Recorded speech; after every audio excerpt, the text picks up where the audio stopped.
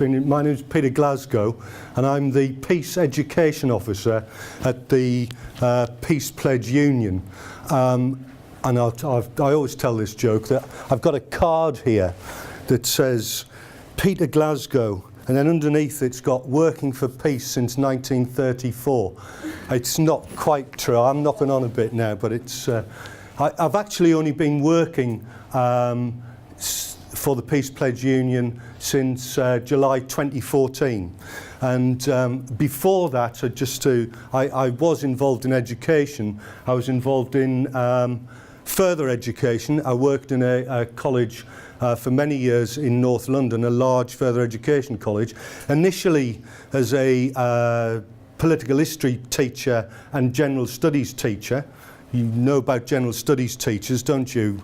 We had long hair, we had leather jackets, and we wanted to destroy capitalism. Limited success, I would probably argue, but at the heart of what we were doing, which working with craft apprentices, was actually trying to get them to give them materials and a balance that would allow them to confront, if you like, their common sense notions of the world and where they got their ideas from. And I think what's happened really since I stopped working in further education and picked up this job is really I've come full circle, because I see my job as a peace education officer as actually trying to replicate that, so that in secondary schools across the country, to try and get learners to think about why they believe certain things or why they understand certain things, what their common sense notions, and to provide a balance. So I think probably really that's where I'm coming from. In terms of this presentation, I'm going to give you a very short introduction to the Peace Pledge Union.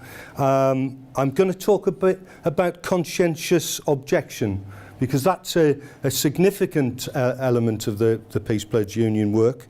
I'm also going to move into talking a little bit about remembrance and what all that means, and the significance, or what, you know, I might think of the significance of remembrance, and some worrying aspects of World War I teaching in this country, and then really just to cap it off is to look at some of the impact, the sort of growing militarism in schools. Now, I don't know, you might find some of this offensive. I've had people say that about what I say, especially when you start talking about remembrance. But, you know, you've got to understand, I'm coming in with a particular political position, and if anybody is feeling offended by this, it's not intended, but it also hopefully will raise some of the issues that you might want to talk about later. The other thing is, I guess you can just see me as the warm-up act for what the real purpose of the evening is. Okay, so that's where we are. Okay, so I don't know if you're aware of the Peace Pledge Union. In 1934, the guy second from the left, a guy called Dick Shepherd, who had been on the Western Front, he put an advert into the Manchester Guardian, well, it would have to be, wouldn't it, to suggest he wanted people to write to him renouncing war, and that's the pledge. I renounce war and I will never support or sanction another. And in the space of a week, he got 30,000 responses. By the time we get to the outbreak of the Second World War, the Peace Pledge Union actually then had a membership of around about 120,000 people who had signed the Peace Pledge. The woman on the far right there is Vera Brittain, and she for many years was the chair of the Peace Pledge Union. Vera Brittain, of course, is well known. There's a film recently, Testimony of Youth. I don't know if any of you have seen it, but she was also probably the lead person opposing the carpet bombing of Germany during the the Second World War. I'm not trying to curry favour or anything. It was just that's you know. So opposition to war was at the heart of it. So 1934 was the start, and subsequently to that, the Peace Pledge Union has been involved in many of the struggles for peace. The CND, in a sense, came out of the PPU and various other organisations. We're a much smaller organisation today, of course. Okay. Now, one of the things that we believe at the PPU that is missing generally from the study of the First World War is the coverage of the anti-war movement before and during the First World War. And this image on the right-hand side is actually a mural that is on the Peace Pledge Union wall just outside, and it's a picture of Keir Hardie there speaking to the demonstration in Trafalgar Square against the war on the 2nd of August. Of course, war broke out on the 4th of August, but it was, you know, there was a large number of people who were opposed to the war. And I think sometimes one of the narratives that we get was that, generally speaking, the First World War was actually a popular war. That, you know, in general terms, people were happy to see that war, but there was a significant opposition to it, and, you know, we would argue that that is not covered. You can see him there, Keir Hardie, one of the founders of the Labour Party, and he's speaking to the people in 1914, but he's also speaking to all the other contemporary demonstrators in the square as well. Okay, now we would also argue that the whole question of conscientious objection is a hidden history. These are photographs of some of the conscientious objectors. In fact, there were approximately 20,000 men, of course women weren't conscripted, who said no, and during that process about 100 of them died in custody or directly as a result of their privations during this time. And there were a number of conscientious objectors and who were shipped over to France. They're called the Frenchmen. They were sentenced to be executed, and that was later commuted to 10 years penal servitude because of the opposition in Parliament to that. So what we have produced, and this is where we've produced a book here, Refusing to Kill.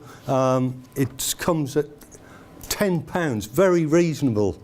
I've got 5 copies, so if anybody decides they wanted a copy now, then that's fine. If you want to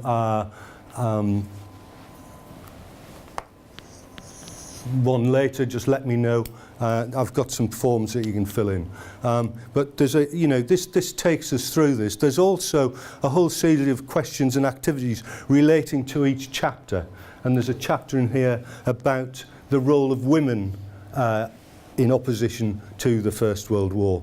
This is the second run of it. Okay, I guess you'll be aware of this, but, you know, this is a picture of the Hague Conference in 1915, when women from all over Europe got together to try and put pressure on governments to actually negotiate a peace settlement. There were very few English or British delegates there because they were prevented from actually travelling to The Hague at this time.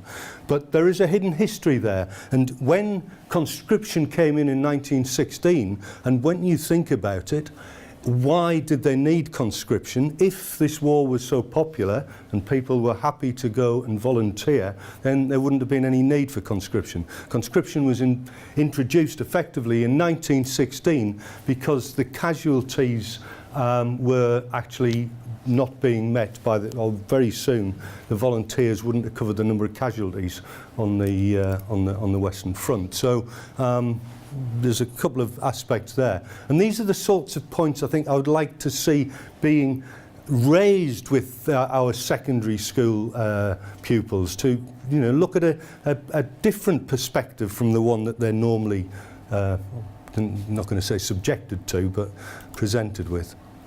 This is Katherine Marshall. She's the most well-known of the women at the Non-Conscription Fellowship, and obviously as the conscientious objectors became arrested and were put into prison or drafted into other elements of the army, it was the women who were running the offices and were running the presses and all the rest of it.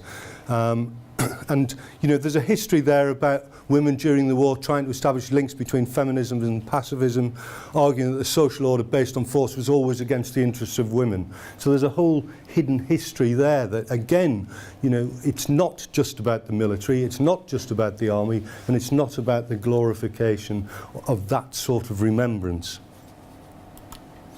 Okay, and one of the materials that I've been sort of trying to put together, or am putting together, is really about how people were portrayed. This is a guy called Sidney Godley, and I've got a whole case study on this guy. And he is he won the Victoria Cross in some action during the Second World War. Whereas this guy, Harry Scullard, who was a conscientious objector, was somebody who was prepared to actually be executed. He was one of the Frenchmen, and these were the sorts of images that were being presented. I don't know if have people seen these postcards before. There's a whole, yeah, they're quite common. There's a whole swathe of them, but it's quite interesting, you know, especially to learners, for our learners today, our pupils today. Sorry, you're getting my good side. But you can see that it's, you know, oh, you naughty, unkind German, really, if you don't desist, I've got a conscience, I'll smack you on the wrist. It's basically that very stereotypical approach that real men weren't conscientious objectors, and here we have them being portrayed, you know, in a sort of, you know, a way that would be understandable to young people during the First World War, but would perhaps be rather surprising to some of our young people today. So that again is another, you know, the way that people were being presented. Okay, and then I've developed this thing about heroic characteristics, going through it, looking at Harry and Sidney, and, you know, I've put down these. You can see I'm not an academic. This is for use in schools or colleges, and it's just really to raise people's awareness, to get them to start thinking about what they're looking at. Now, my view, or the view of the Peace Pledge Union, is that we've got a significant problem with remembrance now. And you know, when I was younger, the remembrance pornography, or that sort of huge sort of outpouring of everybody having to wear red poppies, it wasn't like that in the 50s and 60s. There was Remembrance Day, but it certainly didn't have that same sort of all-embracing approach. And I think what we've got nowadays is this issue that if you aren't with it, you're against it, which is something. And you know, you'll have seen these images of the ceramic poppies at Tower Hill. This is, I don't know if you were aware of this, this is Charlene White, the figure at the top. And a year ago, she suggested that she didn't want to wear a red poppy because she didn't want to support one particular charity over another. And of course, and she didn't, so she's somewhere in ITV. Here we've got the BBC here properly wearing their red poppies. She received an incredible amount of racist and sexist abuse, as you would imagine, on social media, because she was saying, this is a charity, I will choose to... They're not allowed to advertise other charities on TV. So But that's, then there is a very strong feeling in this country now that if you're not wearing a red poppy, or if even worse you wear a white poppy, there's something wrong with you. That's probably what the Peace Pledge Union is best known for, the white poppy. We distribute the white poppies. And I'll just tell you this one anecdote. I mentioned it earlier on. I was asked to go and speak to some learners at Brighton College. I didn't initially realised that Brighton College is a prestigious public school. I thought it was the FE College, but I worked out before I went that actually it was Brighton College. When I went down there, it was to meet with a young woman who's 15 and a history teacher who was she'd set up a human rights group, an amnesty group, and she wanted somebody from the PPU to come down and talk at this particular time, because in this particular public school there is all the kids were wearing red poppies. There was an expectation that you wore it. I was ushered up to this history room. I suppose there were about 14 young learners there, pupils, and I gave them some of these white poppies, and Portia, who was the young woman who was also there, and they were sort of sharing them out like they were dealing in illicit drugs. It was quite interesting, because they were surrounded by this sea of pupils, all wearing their white poppies, and it was a big deal. So, and then we've got, this is obviously on the cenotaph, the glorious dead. The question is, what are we remembering? Why aren't we, the PPU would say, yes, let's remember, but let's remember the slaughter. Let's remember the slaughter that, didn't need to happen, and that peace is the way. And as you can see, we have these ceremonies. This is the one at the cenotaph, and it's basically the military. It's a military operation. It's a military service. Those that were doing the killing and being killed in the First World War are the ones that are now running the Remembrance in today. And, the PPU would say that is wrong. The First World War Centenary Battlefields Tours programme. It's a national education led by the UCL. So this is a big strand of the government's where they're saying I don't know if you're aware of this, but every state school in the country has to send 2 pupils plus a teacher to the Western battlefiels and to visit the cemeteries and the war memorials. And we're talking about at a time of constraint. There's a lot of money being put into this, but it's I have attended some of the CPD events on this, although, and my question is why? Why are we remembering? And that's not really satisfactorily answered. The other issue now is that we have Legacy 110, and the aim of this is that for every student to create an enduring legacy by impacting upon at least 110 people within their community. So the idea is that they go out, they work out the name of a soldier who's been killed, they will research that at the war memorial, and then they'll come back and they'll talk to 110, and by the time we get to 2019 that'll equal the number of people who were killed during the First World War. Again, my question is why? I mean, it's the other very worrying aspect of this initiative is that every coach that is travelling to the battlefields, to the cemeteries, has a serving British soldier on it, on the coach, and that they are there to, well, what are they there for would be the question that the Peace Pledge Union would be asking. If we want to have a proper objective analysis, education of the First World War and conflicts since, British soldiers should not be accompanying pupils on these tours. Okay, another interesting aspect that I came across on the CPD event was that at the Menin Gate, there's a which is, you'll have heard of it, the big memorial.